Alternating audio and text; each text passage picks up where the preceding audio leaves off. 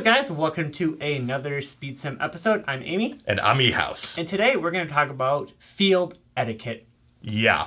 So these are some of the things that, now, again, if you've been playing for a long time... This is more for our veterans. Some of this might be review, but if you haven't been playing for a long time, you might not know some of these things. Or if you have been playing for a long time, you might forget these things. You might need a little bit of a reminder. So we're going to be talking about some of the things that you really should be doing on the field to make sure that you and everyone else around you are having the best experience possible, and you're basically not unintentionally being a dick. Yeah. You know, so having good etiquette and being a good, friendly airsoft player. Now, to start off with, when you are in briefing or the ref comes up to you and explains the game, don't talk. Please, for the love of God, stop talking. Because 100% of the time, the person that's talking, and when I turn around and they go, "What are we doing?" I'm like, holy shit. Yeah. If you would have just paid attention, this would have all not happened. And I don't go back because if everyone else understands, they can just tell him. Because he's the outlier in this. So he's the one that needs to ask everybody else because I'm not coming back. Yeah. I tell it one time, and then I will ask questions. And if you're still talking, that's on you and not me. Yeah. And this, you would think, oh, well, this is, of course, with all the kids at the local fields, right? No. This happens everywhere. I was just at Milsim West Chechen Collapse, and during the AAR, which is like an important part of the game where Milsim West gets feedback on how to improve the game, all that kind of stuff, they're like, hey, we're in this enclosed building trying to have this discussion. It's a concrete wall building. And when people start talking, no one can hear anyone. No. So we're sitting there for longer, waiting for people to stop fucking talking so that they can finish the AAR. Like, just, if you are in a position where the event promoter, the field admin, anyone is like trying to address the player base for, a good reason, such as trying to explain the game mode, trying to explain the rules, or trying to get feedback so that, future games are as good as that one, because Chechen Collapse was awesome.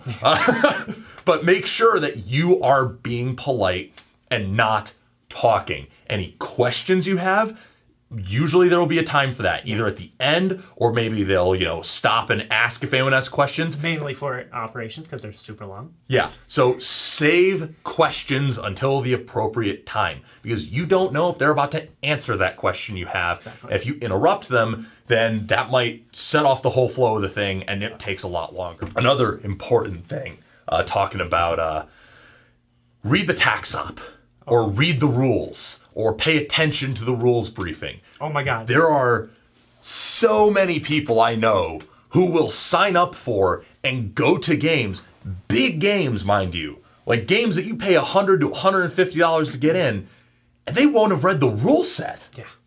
And they'll show up and it'll be like, hey man, why's your helmet green? You're on tan team. And they're like, oh, I thought helmet color didn't matter. It's like, no, dude, in the rules it says helmet color matters. And if you're at a local field and you're just playing a pickup game, 90% of the people will always not have a barrel cover. And it says in the rules, there are people watching the videos and it says barrel covers in the beginning, and they will be like, oh, I thought it didn't matter. Like, no, it does. And it has to be like a legit one. And no bottles or fucking socks or gloves.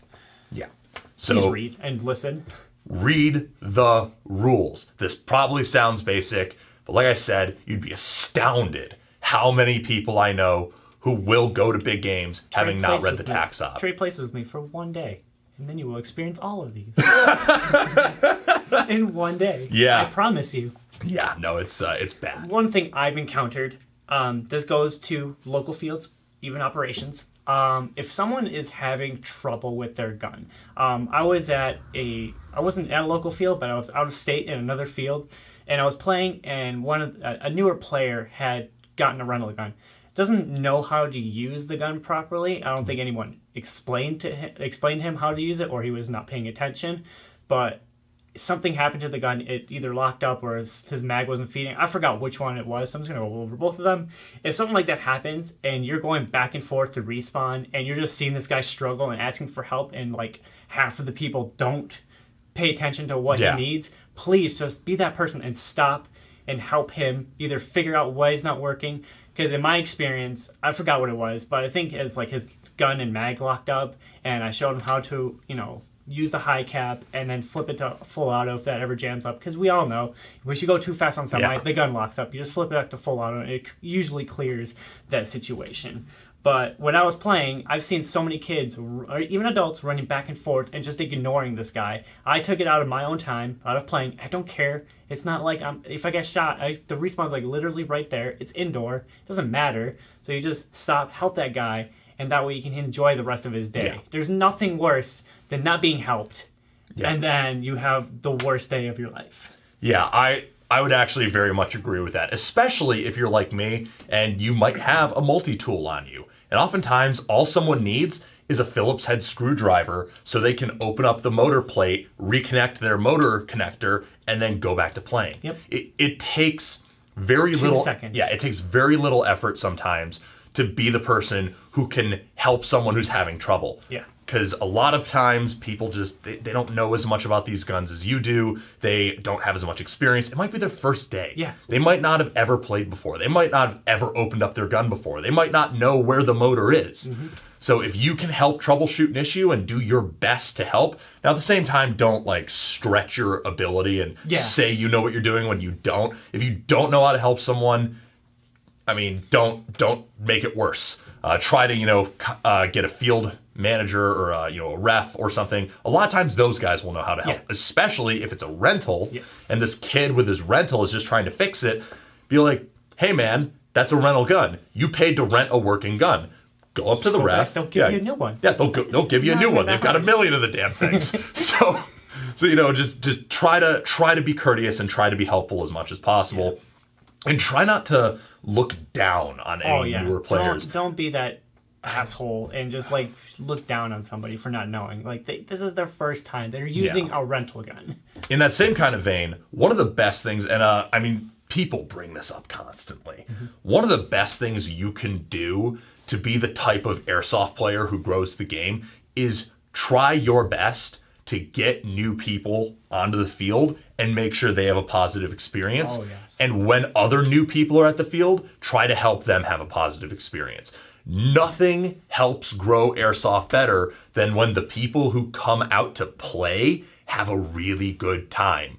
They're more likely to want to come back if they have a really good time and if people help them have a really good time. I can't tell you the number of times that we've brought out new people to play and it's been their first time, or we've had new people coming out to play that we've gotten paired with for various reasons, and just making sure that they have fun, trying to kind of watch their back, trying to integrate them into your plan, incorporate them into the game, and put them on a little bit more of an even playing field with some of the more experienced people. That makes them want to come back.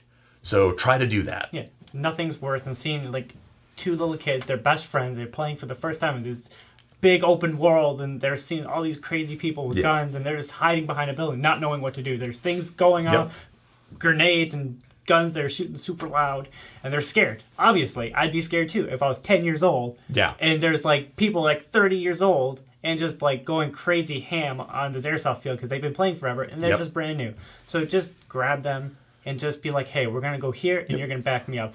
Try to push them kind of forward so that way they're not as scared. You have their back. Obviously, don't use them as a riot shield, but like just kind of. I actually can't tell you the number of times I've been a shield for kids. Yeah. Well, because here's the thing, fun pro tip from eHouse, right? If you're playing a game where the objective, we were playing Gold Rush, and the objective of Gold Rush is to get gold bricks and run them back to respawn. When you're 6'3", 250 pounds, and super wide, you can fit like 3 kids behind you. And those 3 kids can grab gold bricks and run back with them. And by the time they're already gone, you've been shot and out of the way. 16. Yeah. So, is that a little cheesy to act as a riot shield for your buddies? No. Maybe, but I don't think anyone's going to blame you. No. As long as you call them the hits, of course. Yeah, of course. Call, don't be, that guy who like just calls the hit, but then like stands there for the extra time. Like, no, I'll call the hit and then duck out of the way. But that amount of time could be the amount of time that little kid needs to grab that brick and run back to They're respawn. so tiny. They're so small, and you can't hit them. They're so small, and they're so fast too. You hit them because their little legs carry them super fast. It's weird. Cover. But yeah, so little things like that, you know, can help incorporate some of the newer players into your battle plan. It's a fun thing too, because then you get stories like that where, you know, it's funny and it's a fun time, and that's what we're here for, right? So another thing, Eric and I, we've been doing these videos for almost 4 years. Yeah. We constantly get approached on fields and, people asking us questions, stuff like that. Which I do not mind at all. I'm not saying that I mind. But there's a little bit of an etiquette. If you're in the middle of a game and you're trying to go for an objective, or you're just playing team deathmatch or whatever, and you're kind of focused in that mind of playing and just trying to have fun, don't come up and just start gabbing about something that you've seen on YouTube and ask them if they've seen it too. Kind of like reserve that for, respawns or between rounds. Between rounds where there's like a little bit of downtime. But don't go out of your way to give their position away. Yeah. Yeah, it's something I've seen at games. Luckily, this hasn't actually happened to me, which, tells me that we're very D-list, and I'm okay with that. But I've seen at games where people will just want to stand at the hip of, like, their favorite YouTubers and their favorite, Instagrammers or whatever, and they'll just want to be at their hip the whole game, and they'll want to, try to, oh yeah, I want to play with this person and get in their video and like go out of my way to get in their video and then like ask them questions. Like I went to one of my favorite stories for this. I went to Faded Giant for American Milsim, and I feel so bad I haven't gone to another American Milsim. I need to, but there was Evic Matt and Robo Murray there. Oh, yep, and, very popular. Yeah, two very popular YouTubers, and these group of young munchkins. Of munchkins, like they were teenagers mostly, but this whole group was just gaggling up on them and like ogling them playing this game. Yeah. And it's kind of like, man, I get it, like you want to play with your favorite YouTuber, but you should be playing with your favorite YouTuber. You shouldn't be trying to hold things up or hold people up who are playing the game just because you want to talk to them. And this goes for people who aren't YouTubers. This goes for anybody. This goes for your buddy. This goes for anybody that you might want to talk to. Somebody you look up to at the field who's been playing a very long time. Yeah. Someone with a crazy gun or something. Yeah. Mm-hmm. It goes like anyone that you want to talk to or that you want to have a conversation with or that you want to like hang out with, like try to just keep the game in mind first. Everyone is there trying to play the game. And if you paid money to be at this game especially, you should really be trying to play the game. Really should be. Yeah. I mean, you might have paid $150 for that Milsim game ticket. You should be getting your $150 worth. Yeah.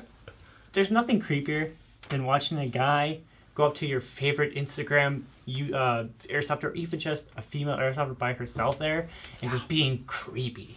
Like, nobody wants this. I've Jim's girlfriend actually has had this issue. We brought her to a field, and some weird dude was like kind of creeping on her and being weird. Yeah. And it was like, I feel so bad because, we already don't have enough ladies playing the game. And it's obvious reasons. Yeah. And, my current girlfriend does not play Airsoft, and I'm trying to sell it to her, but there's like barely any other girls playing Airsoft. And part of that is because so many Airsofters are so creepy to women.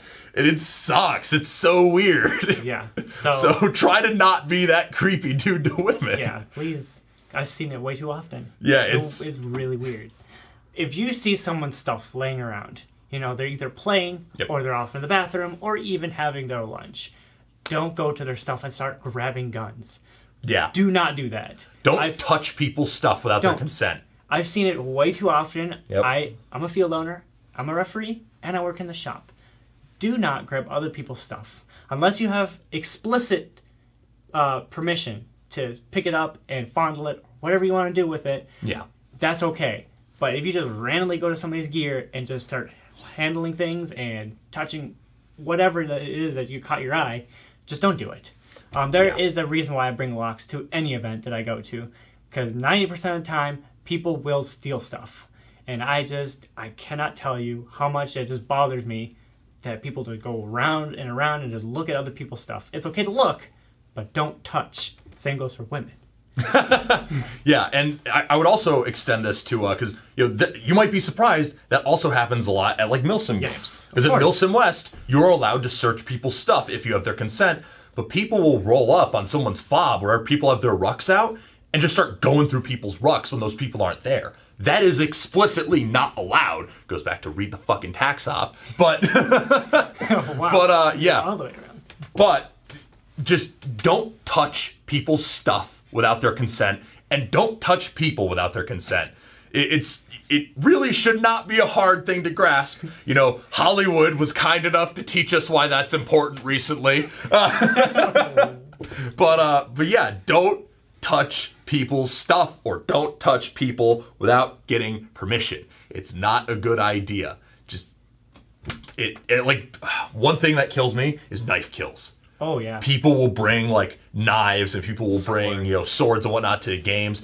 Okay, if it's allowed, fair play. But if you are going to a field and you're bringing a knife, you're not Big Boss, okay? Don't do some CQC bullshit where you're trying to put someone on the ground.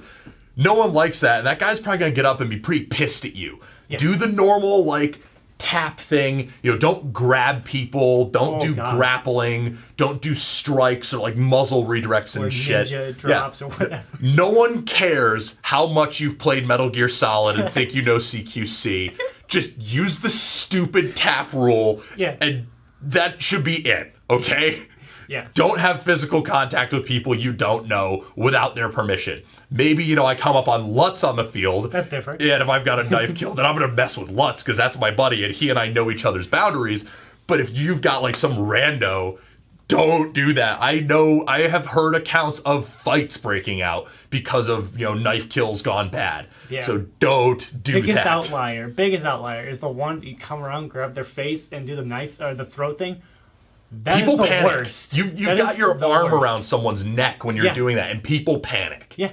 Don't do that. Not everybody knows how to get out of these situations, or know what's going on for that matter. Yeah. Because 90% of these people don't even know what knife kills are. Yeah. So, just take it easy. Here's another good one. It's one thing to call your hits. It's another thing to call your hits loudly and to indicate around a corner that you're hit. Like, let's say if I am around a corner and I get shot on my way back in, like on my elbow or something, I usually will wave my arm out with my dead rag to let that person know that I am down. Now, you might say that's unnecessary. Maybe it is. But you know what that helps stop? When I have to walk out of that corner to go back to respawn, that helps keep me from getting lit up because they know, hey, that guy coming around the corner is probably dead. Yep. So that's an etiquette, not just for the person who shot you, but also for yourself. I can't tell you how many times I see that on the field where they walk the opposite direction and they get lit up. Yeah. And then another thing is when you're hit, if you're in the way, take a knee. Or sit down. Yeah, or sit down, or even do a dramatic death. Like, or roll around. Yeah, roll around, do something. And, scream, oh, I'm hit, That works great for Milsim Ops. Yeah, it's wonderful. It's awesome. Everyone loves that. But yeah, get out of the way when you're hit. And again, this is as much for you as it is for the people shooting at you. Because if you're standing in the middle of a firefight with your dead rag on, like let's say there's a bleed out at the game, right? If you're standing in the middle of a firefight with your dead rag on and there's people on either side of you shooting at each other and you're getting shot, that's your fault. Because you're standing in the middle of the stupid firefight. Take a knee or sit down or lay down, or even some fields take a couple steps back and then sit down. Exactly. Or even some fields will say, hey, yeah, you can move like out of the line of fire. Do your best to not be in the middle of the line of fire, because if you're standing in the middle of the firefight and you're still getting shot, bonus points. I love when I see people who don't have their dead rag on. Oh yeah. And they'll just be standing around like not having their dead rag on, in the middle of the firefight, and I come around a corner and I'm trying to make the decision of, do I shoot this person? And then if I shoot them, they get mad at me. It's like, my dude, put on your dead rag, please. It goes the same for pickup games. If you get shot, put your hand up. 90% of these people don't have dead rags, but for 10% who do, I appreciate you. But for those of you who don't, put your hand up high. Yep. Like, not this little thing, because What is this supposed to be? Put it nice and high. It doesn't even have to be your hand. It has to be your Put gun. your gun up over your Something. head. Something. Something so that indicates that you're Yep. hit. Because I can tell you, 90% of these people get mad when they get shot, and they have this little hand thing like this. What is this? Yeah, please very clearly indicate that you are dead and get out of the way. There's the rule: dead men don't talk. Oh, For my God. a reason. You are riddled with holes from rifle caliber cartridges. riddled. Yeah, you are dead. You know what you're not doing when you're riddled with holes from a rifle and laying on the ground dead? You're not pointing to the guy who just killed you and saying, he's over there. You can't breathe. Yeah, you can't breathe. You have a sucking chest wound and blood is filling your lungs. You have mere seconds left to live, and they will only be filled with thoughts of your disappointed children at home. So...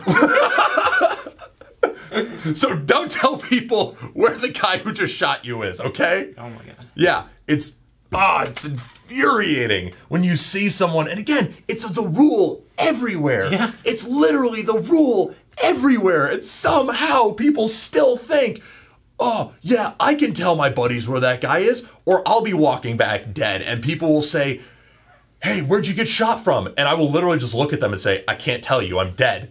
And then they'll be like baffled. It's like, Why not? Why not? Do you not want to be a team player? It's like, no, I'm dead. I'll tell you what, you think you're sly? You think you're sly little guy who's dead but is like making direct eye contact and nodding his head toward the guy who just shot you? Listen, we know. Yeah, you think you're sly, but you're not, okay? I know that you're looking directly at the guy who just shot you and nodding your head in that direction so that your buddy knows to shoot me next. Like a chicken. Yeah, I know what you're doing, guy. But yeah, no, it's try to do your best not to betray the location of enemy players after you've been shot or after you are dead. You are dead. Act like it. If you get medicked back in, then totally, you're like, hey, I'm alive again. All those bullets that were in me and the blood that was in my lungs are now gone somehow from the magical Milson West tourniquet. So now I can say, hey, he's over there. But until then, don't do it. My last one, I'm sorry. My last one is if you're walking to and from a field, especially for my field, but this goes for a lot of fields, if you're going from the actual playing area, from the staging, don't shoot towards the direction of where the ref is walking. Yeah. Please, just wait. There will be time where you get to shoot people. Just don't shoot at me or any other ref. I would actually say don't shoot until the game starts in most cases. It's such a basic thing because like these BBs can ricochet. They're not bullets. They don't go straight through. They ricochet. I've been ricocheted so many times walking into the field. Yeah. So please, there will be time to shoot people. It's just not right that second. Yeah. I understand you want to test your gun, but again, there is a shooting range for a reason. Yeah. And you're just wasting your ammo. Yeah. And then you're going to ask me for ammo, which I don't have. Yeah. Sorry. All right. So, wow, that was quite an information dump. That was a rant, wasn't it? Okay. But, all right. There will be comments, and I can't for that. Yeah, there will definitely be some comments. But, if you've got your own pet peeves that you want to add to this, please, I want to know. Put those in the comments. That'll be a fun time. So this was, I've been E-House. And I'm Amy. And this was quite an episode of SpeedSim. And we hope you enjoyed. We hope you enjoyed this. We'll catch you in the next one. See ya. Peace. Thank you for watching this video from Gun Gamers. We hope you enjoyed watching it as much as we enjoyed making it. Check the description below if you'd like to buy a t-shirt or a patch, and use the coupon code JUDY10 for 10% off of your next order at Amped Airsoft. Thank you again for watching, and praise Judy.